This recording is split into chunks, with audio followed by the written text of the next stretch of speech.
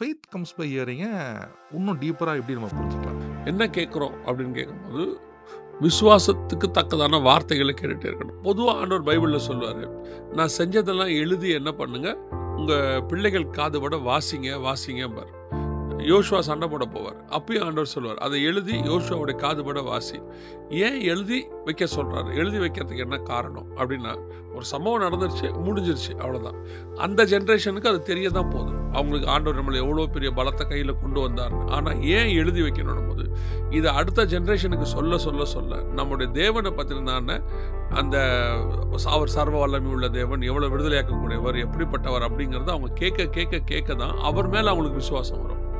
அப்போ சபைகளும் சரி, வீடுகளிலும் சரி, நம்ம தேவனை பத்தி பிள்ளைகிட்ட சொல்லிட்டே இருக்கணும். நாம இன்னைக்கு எதை அதிகமா பேசுறோமோ அதுதான் அவங்களுடைய நம்பிக்கையா மாறுது. நீங்க எதிர்காலத்துக்கு பணம் தான் தேவைன்னு பேசினா அவங்க நம்பிக்கை பணமா மாறுது. எதிர்காலத்துக்கு படிப்பு தான் தேவைன்னு சொன்னா அவங்க நம்பிக்கை படிப்பா மாறுது. எதிர்காலத்துக்கு தேவனை பத்தி நீங்க பேசினீங்கன்னா அவங்களோட நம்பிக்கை தேவனா மாறுது.